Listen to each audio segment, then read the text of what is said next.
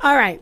So for real, let's get back on it. All right, so where were we? As it relates to the marriage, you see, it's important for during that dating phase that you get to understand each other's differences. And it's not that a difference is a bad thing. You got to embrace those differences because that's what allows the compliment. You see, when you understand complimenting one another, not saying, compliment from a standpoint of you look nice. I'm saying compliment meaning these two things make up for what the other may lack. That's a complementary relationship, meaning that it may be a strong suit of hers that's a weak suit of mine, but together we complement one another because my strengths empower her weaknesses. Yes. So those differences are not a bad thing. You see, a lot of times people look at the difference and they automatically feel as though they are incompatible because of their difference.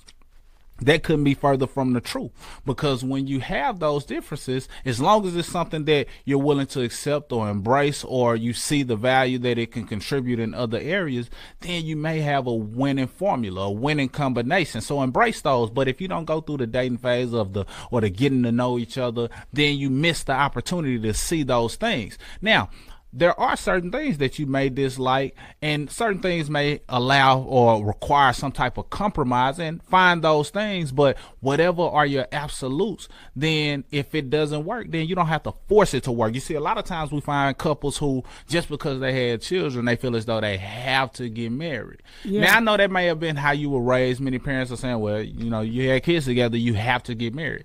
But you may not be compatible. Y'all might not have what it takes in order to carry out the lifetime relationship like most marriages plan to do. Most people plan to get married once and for all.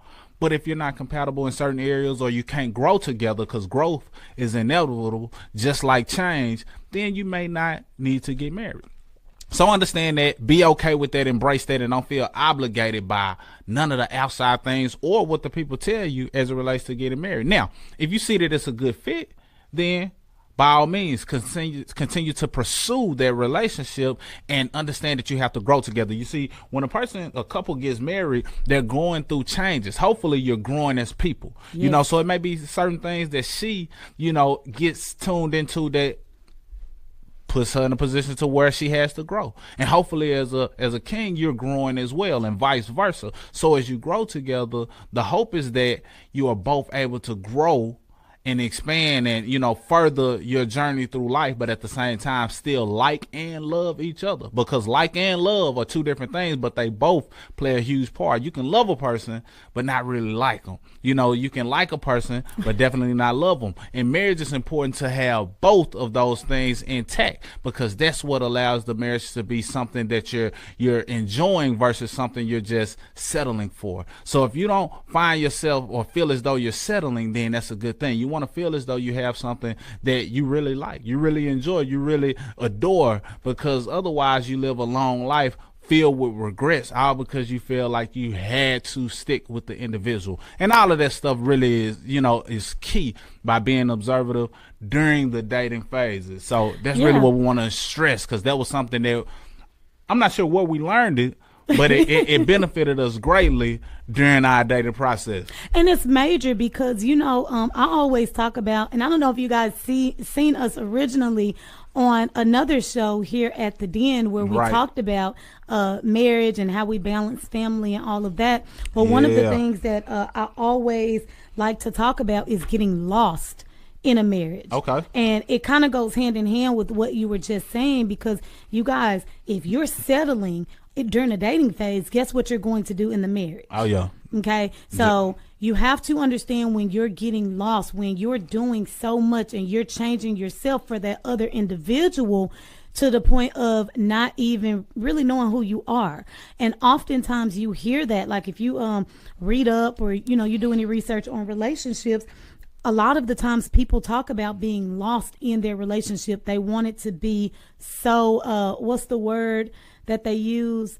Submissive. Okay. They take that word submissive to a whole nother level. Okay. Thinking that means you're supposed to do everything that's said and follow directions and, basically become a child of this grown man and just all types of stuff. People take that word to new heights. So you want to make sure you don't lose yourself in a marriage is so important. And again, you can kind of start to see that in the dating phase. And the dating phase is kind of cute. It's cute. You're just going above and beyond. You're going out to eat all the time, trying all the new restaurants. Every time y'all go somewhere, you're making sure you look your best, you smell your best, you feel your best. But after a while, that will wear off. Okay, that cute phase will kind of wear off, especially when different things hit that relationship. Okay, so you have to understand 100% who you are and constantly be willing to work on yourself. And then that other individual needs to have that same position. Absolutely. And then this is what you got to think about as it relates to the changes that you make. Sometimes a change that is kind of induced by the other person, you got to step back and ask yourself, is this empowering to the growth of you?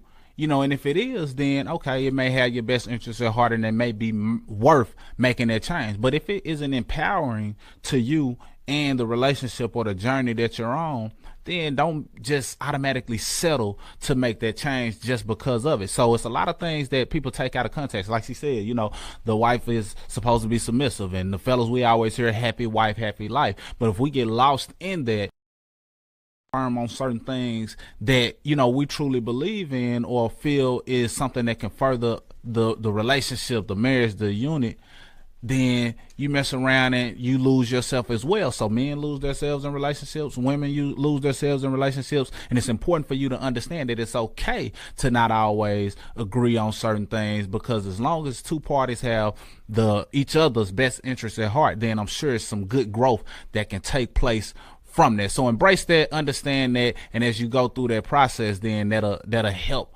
further your relationship on the front end. You want to start paying attention to this stuff, and certain things will come down the line that you couldn't expect, don't get me wrong. But if you handle those basics, you build your relationship on a solid foundation, now that house can withstand any storm, because it all started with a solid foundation. I was going to say financial foundation because that's what I'm used to saying, because we always tie everything back to money. But marriages should be built on a solid foundation as well, and that's where that dating phase all plays a huge part. So understand the importance of that, embracing the differences within the relationship, and using those differences to actually catapult and make the relationship that much stronger. Yes, take it serious, you guys. True.